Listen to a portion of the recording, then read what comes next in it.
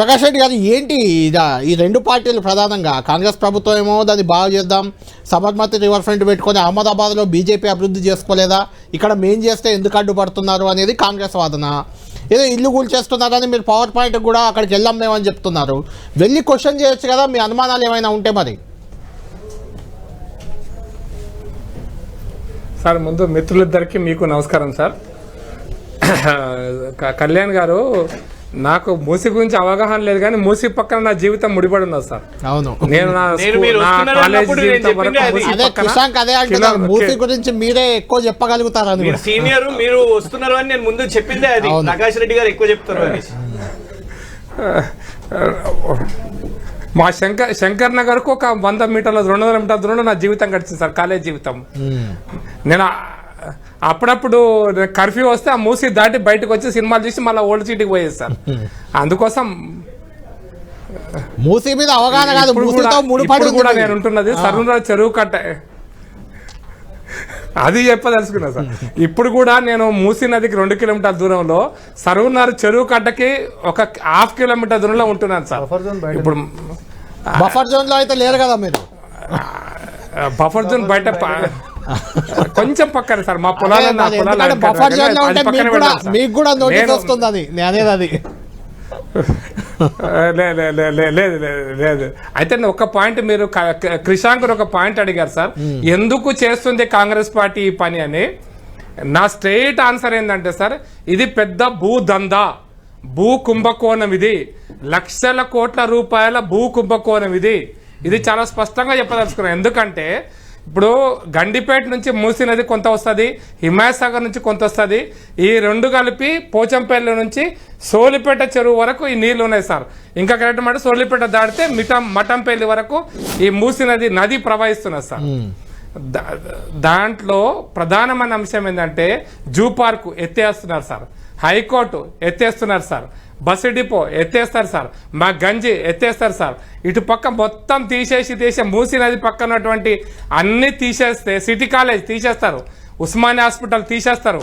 ఈ పక్కన 100 ఎకరాల 1000 ఎకరాల భూమి, ఈ భూమి కోసమే జరుగుతున్నటువంటి ఈ కార్యక్రమం తప్పిస్తే ఇందుట్లో ప్రజల కోసం కాదు, మూసి ప్రక్షాళన చేయడానికి ఇది మార్గం కూడా కాదు, ఇది పరిష్కారం కూడా కాదు సార్. నా అభిప్రాయంలో క్రిషాంక్ ఒక పాయింట్ చెప్పిండు, ఎస్టీపీలు పెట్టడం అంటే. నేను ఒక లాజికల్ పాయింట్ చెప్తా సార్.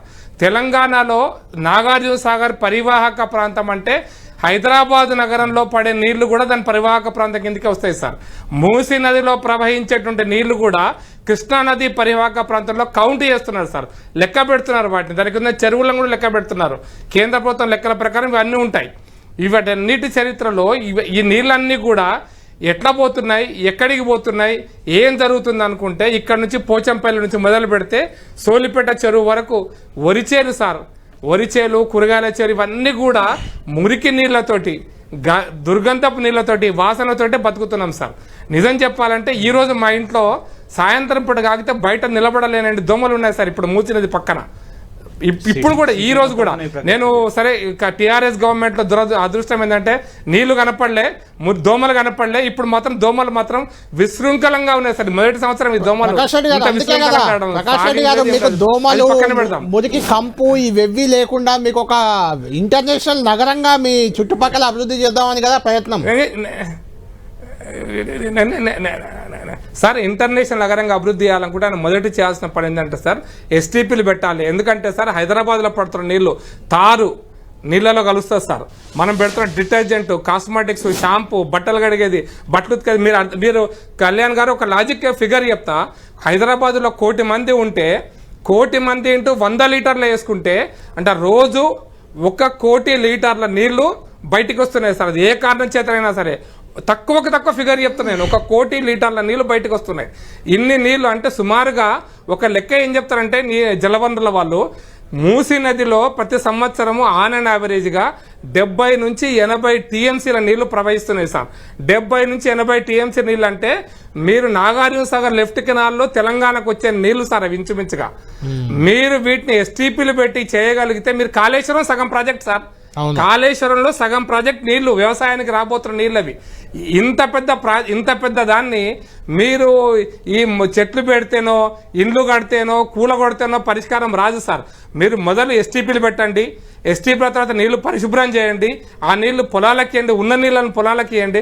పరిశుభ్రం చేస్తే దోమలే రావు కదా సార్, ఈ వాసనే రాదు, దోమలే రావు కదా సార్. రెండో పాయింట్ చెప్తున్నాను సార్, ఇదేదో ఇండస్ట్రియల్ నీళ్ళే వస్తున్నాయి అనేటువంటిది కూడా తప్పు సార్. ఇండస్ట్రీస్తో పాటు మన గృహ అవసరాలు, హైదరాబాద్ నగరంలో తారులో వచ్చి పడే నీళ్లు, ఇవన్నీ కలిపితే మూసీ నది సార్. ఇది అర్థం చేసుకోకుండా మేము నీళ్ళని మురికి ఓన్లీ ఇండస్ట్రీ నీళ్లు, ఇళ్ళకెళ్ళి వచ్చే నీళ్లు కాదు సార్.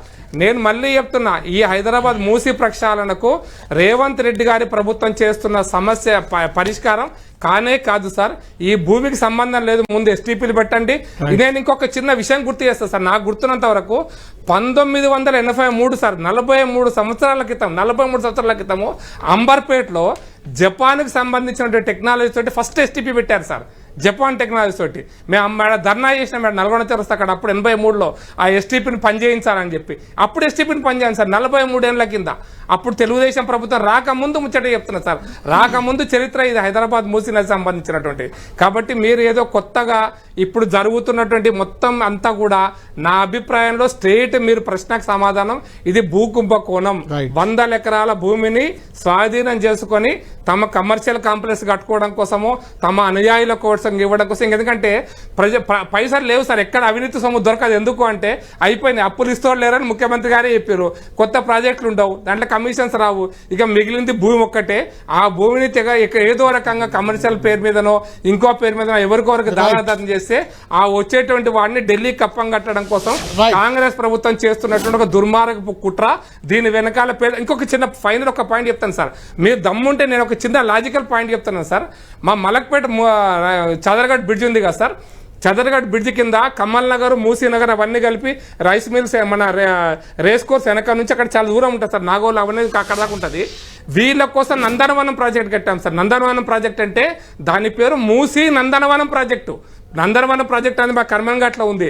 నందనవనం ఇండ్లు అంటారు, దాన్ని నందనవనం కాలనీ అంటారు.